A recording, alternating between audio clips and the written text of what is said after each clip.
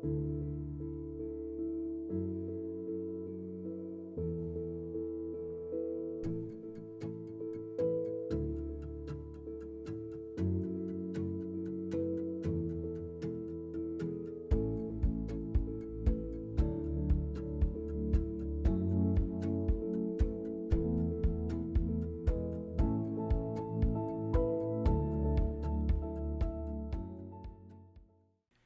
welcome back. In this, our second lecture in the early church history series, specifically examining the role of the creeds and how those came to have express a specific meaning relevant to what is the Christian faith. And most importantly, I think, how that is applicable to us in the 21st century, particularly those of us who have awakened to more of a Trinitarian, inclusive, grace, Christocentric gospel. We looked last time at a general introduction to why we even study early church history, or even history more broadly. What is the point of remembering what is past? We discussed how each of us came from different church traditions, and depending on how you encountered grace, that largely impacts your perceptions as to the value and worth of church history, particularly those early years. Those of us that came out of evangelical Protestantism or spent any period of time there, including in the charismatic and Pentecostal varieties of evangelical fundamentalism, the history of the church is treated almost as an afterthought, an irrelevancy, or at worst, something heretical that should just be ignored entirely.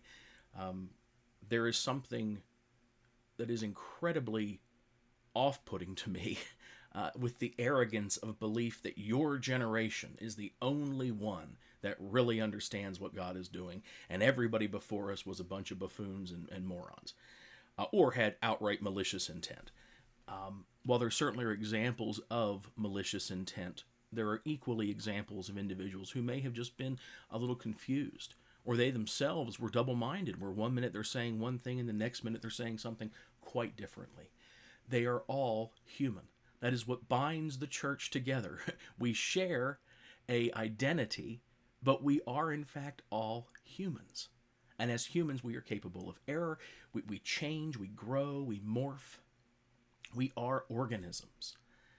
And so in that context, we have to have a measure of compassion with those that came before us. But we balance that compassion not as pity, but with a humble reverence for those who paved the way.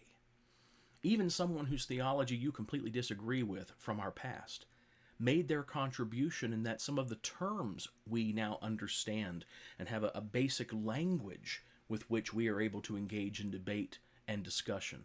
We have them to thank for that. And that contribution alone means they are worth honoring to the extent they contributed to the whole. Today, I want to look at two things, really. The first is a discussion of the development of the creed. I alluded to this last time, but in hindsight, I really think I need to spend a little bit more time on this idea. And then I want to move into the very first phrasing of the Apostles' Creed, or what we know as the Apostles' Creed, the I believe. That is really two separate ideas there. It's just two words, and yet I could probably do an entire course just on that phrase. So you have to bear with me. I have no idea at this juncture how long this series is going to take me. It may consume the rest of my career. I have no idea. But it I hope blesses you, and I hope realigns us with what has always been true of the church, while also acknowledging that we are ever in a state of reforming and purifying the image that conforms us to the fullness of the stature of Christ. We discussed how the patristic era, which is really that period of individuals who they didn't walk with Jesus in bodily form as he was here amongst us in the earth, but they were the disciples, the students, the followers, to use the term loosely, of those who came after Jesus, who did in fact themselves walk with Jesus during his earthly bodily experience. So these are these individuals such as we mentioned St. Polycarp, and those folks who are in the very beginning of this thing, insofar as they are only one generation removed from Jesus himself. The patristic era, whenever you're dealing with timelines in church history, there's not a lot of consensus as to what we even mean by these terms. So I'm trying to define them as best I can, more so from the perspective so you know where I'm coming from. In the event that you may hear a different dating system used or something, you at least know that that's possible, that you're going to hear different opinions on this. My view is that we really can look at the patristic era as those disciples of the disciples from that generational point until roughly the next 300 years or so.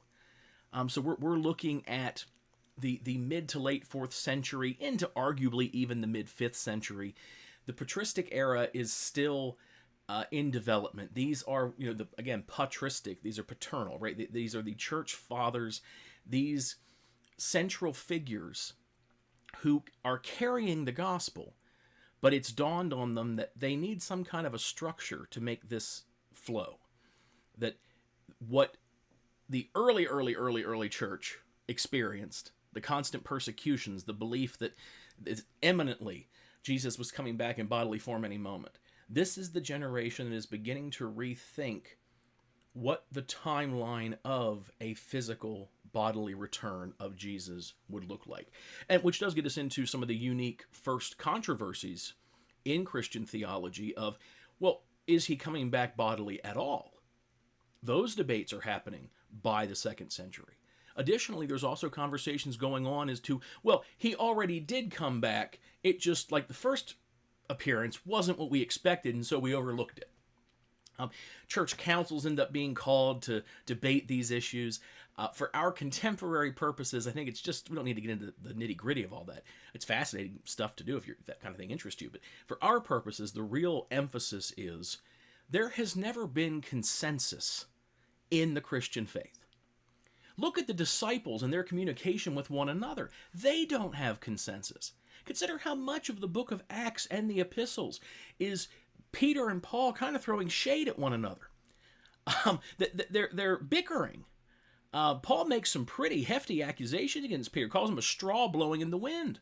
That, you're with us when it's just us and the Gentiles, but the second that the colleagues from Jerusalem come to observe what we're doing, all of a sudden you start observing Sabbath laws and you stop eating meat sacrificed to idols and you won't dance and you behave as if you're one man went among the Gentiles and another man went among your own family of faith from which he had originated.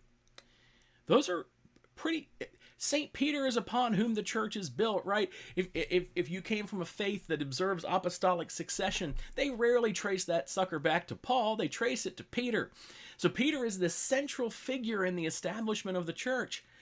And yet, Paul, who provides us more of the New Testament than any other single individual, Paul has some harsh words for Peter at times.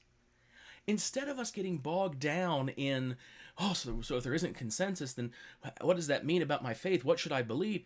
Take a deep breath. It should encourage us. Because what that says is, we're no different than them. It's not as if, well, the truth was once universally understood and everyone accepted it and there was no debate.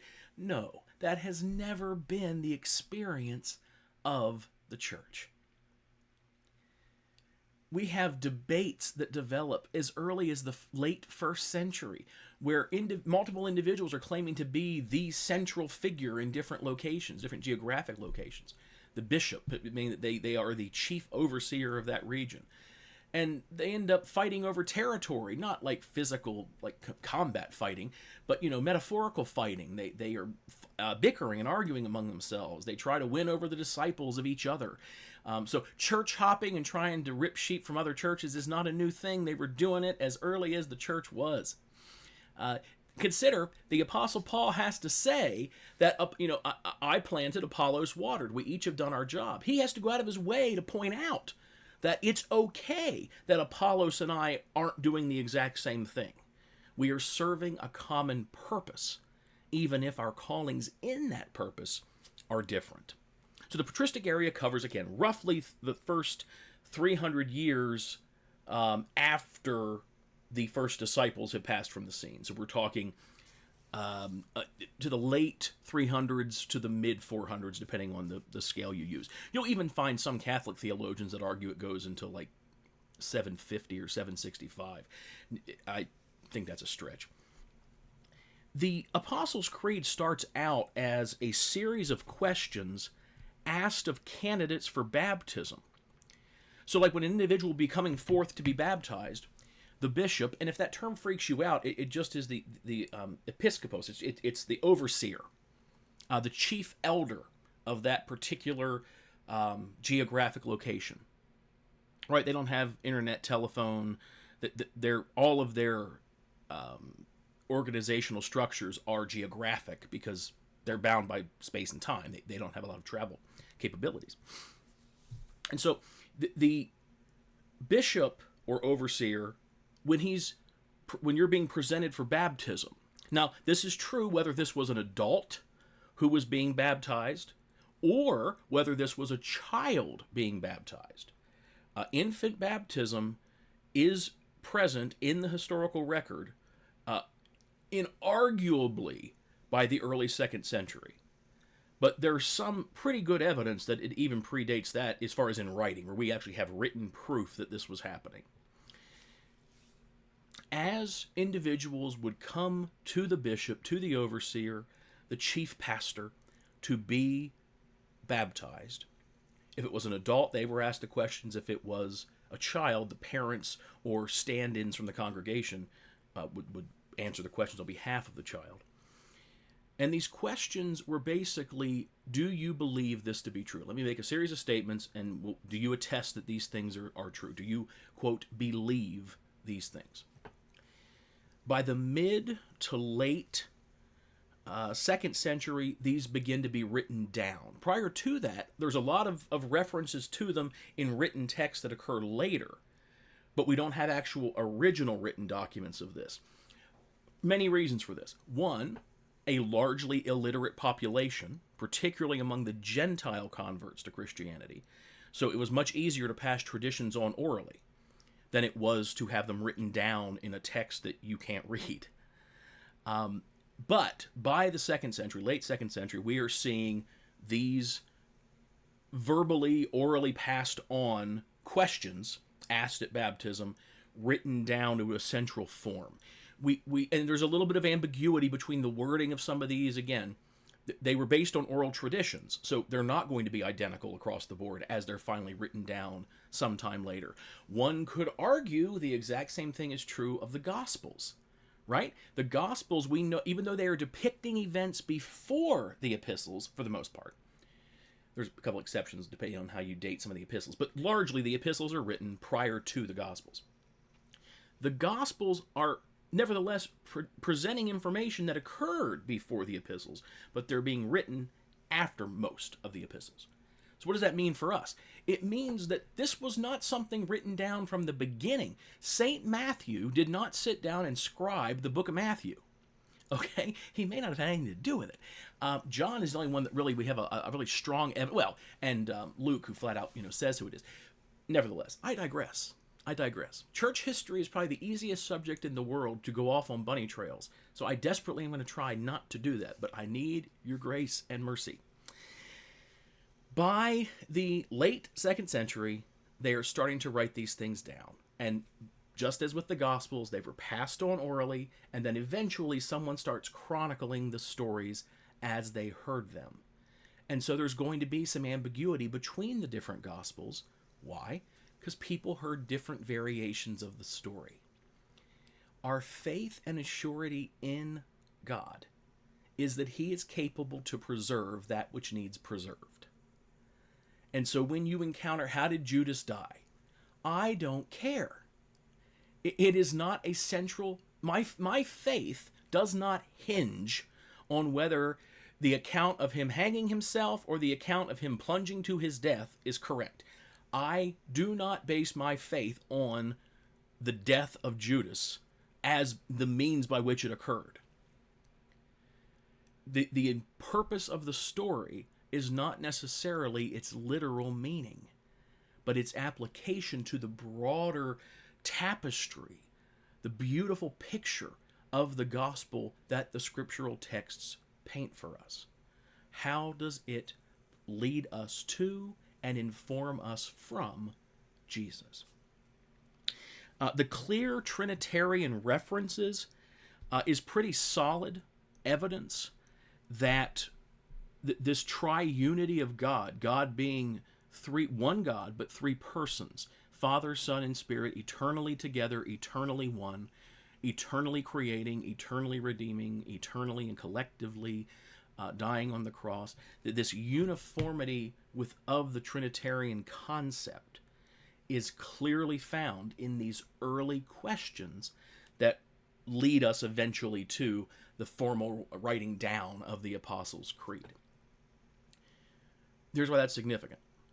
There are contemporary theologians, and theologians throughout the history of the church, who have really fought against the doctrine of the Trinity, claiming it was something created after the Emperor Constantine's conversion and him trying to create a uniform political faith, which there's a lot of evidence that Constantine was very much about creating a uniform political faith and using the Christian faith to promote his interests rather than vice versa. But nevertheless, that's a bit unfair, though, in that we have evidence from the very beginning of Christians understanding some concept of the Trinity. We're ever reforming, we're organic, we're ever changing. So of course we fine tune our understanding of some of these concepts. But to claim that the Trinity is just invented by a church council is absurd. It does not hold academic credibility, it doesn't hold theological credibility, and it's a slap in the face to the early church. These individuals are martyrs. They are dying for what they believe. I am recording this from an air-conditioned office in my home in Virginia. It is a beautiful sunny day. I am wearing clothing I did not have to spin myself. I ate a breakfast I did not have to prepare. And I will be traveling on vacation to a beach to stay in a house I do not own. Okay? That's the worldview that Matt Pandel is speaking and teaching from at this moment. Okay? We don't understand the depth of the martyrdom. That your faith was a source of persecution. It was a death sentence. Your conversion to Christianity was a near certitude that you could die at the hands of various political powers, most nominally at least under the authority of Rome. But nevertheless, you could be killed. How does the Apostle Paul first appear on the scene? As Saul, as a persecutor of the church. He is going from city to city, rounding them up and having them executed. Saul, later renamed Paul, is a mass murderer. He committed theological genocide. And so it's significant that we don't downplay that for which those martyrs were willing to die. And the nature of the Trinitarian God is that for which they were willing to die. And so I do harp on this. It is a disingenuous academic practice to claim that the Father, Son, and Spirit as the triune expression of God, eternally one, was something created by a church council when there is not academic evidence to prove that to be the case. Church councils, by and large, don't create anything. They solidify in writing what is already accepted to be true. The clear Trinitarian references is solid evidence that the triunity of God is understood and disseminated long before the First Council of Nicaea, which is in 325 AD, so first quarter of the 4th century. The Apostles' Creed, as it is laid out, will serve as the foundation of the Nicene Creed that comes forth from the Council of Nicaea. And it continues to be used in baptisms and confirmations for much of Christianity to this day. I think back on my church experience, my faith journey, which has involved a couple different high church, mid church, and low church denominations and non-denominational settings. In the high and mid church, the Apostles' Creed is recited. It's included in the baptismal formulary as far as what you say and what you confess as your identification with Jesus Christ.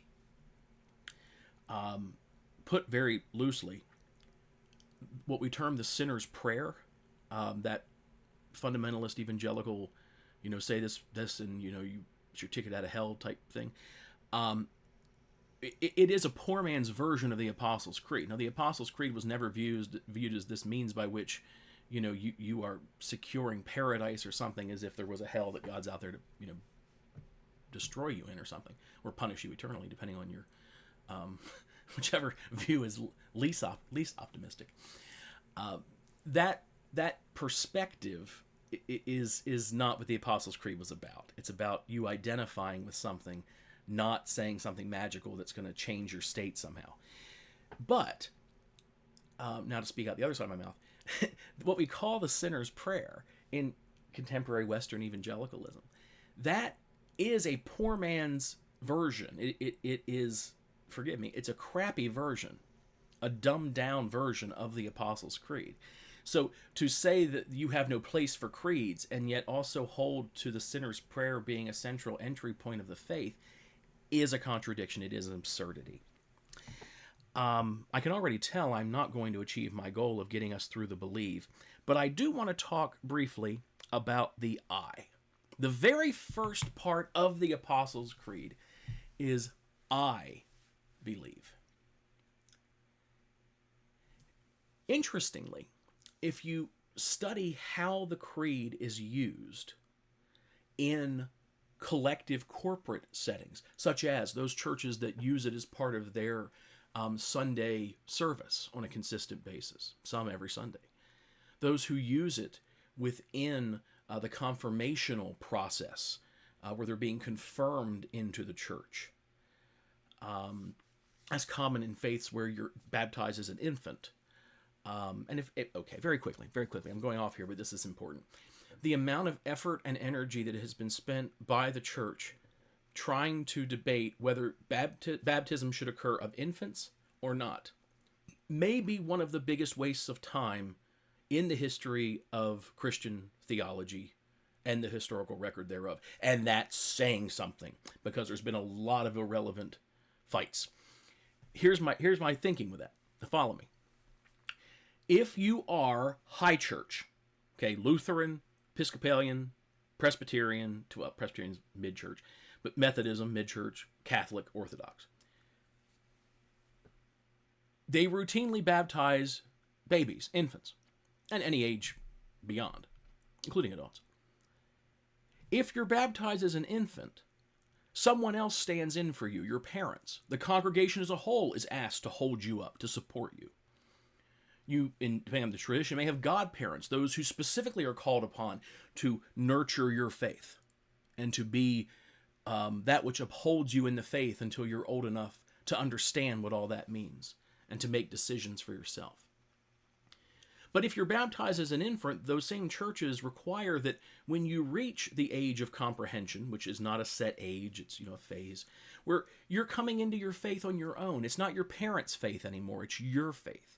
You're taking ownership of this. You are identifying as part of the church universal, not just you're in it because your parents are. You go through the process of confirmation. At confirmation, you're asked many of the same questions as would be asked at a baptism. And from that point on, you have been confirmed as a member of the church. Now compare that with the fundamentalist evangelical Anabaptist model, where you baptize only after belief, only after personal belief, where you have made a decision, not your parents on your behalf. In those traditions, what happens when a baby is born to a Christian couple who doesn't believe in infant baptism? That child is presented to the church in keeping with how Jesus was and is dedicated. At the dedication, the parents and the congregation are asked, do you promise to raise this child up? They may even be asked creedal statements like, do you believe God the Father, creator of heaven and earth? And then when the child reaches the point of understanding their nature and connection to God, and they choose to make their faith their own, they then are baptized and go through a series of questions and identifications themselves then. These are functionally the exact same systems. So what are we bickering over? Whether you dedicate and then baptize, or whether you baptize and then confirm. The end result is the same. So get a grip, people. We live in a world where people are confused about who they are, that they are in a place of disordered thinking, the negative self-esteem and self-worth. They don't understand that their identity and worth is found in Jesus. They're out there addicted to substances. They're addicted to various forms of sexual vice. There are people who are hurting. And what is the church doing to alleviate that hurt? Well, we're over in the corner bickering about whether the Baptists or the Presbyterians are right about how to baptize people. We got to grow up. But back to my point. I versus we. I believe is my identification with what is about to be said. There is a tension that exists in the Christian faith. Tension is not a bad thing, it's just something we have to acknowledge. And the tension is this: I am personally responsible as a member of the family of faith, and more specifically the church. I have a responsibility. I, Matt Pandle, I make decisions that impact other people. And yet, we collectively are the church. I am not the church. You are not the church. We are the church. So the tension is my belief, my individualism matters. I believe. But we believe matters just as much. We are many members of a many-membered body. We are part of something else. We're going to pick this up next time looking at the word believe. What does it mean when we say, I believe?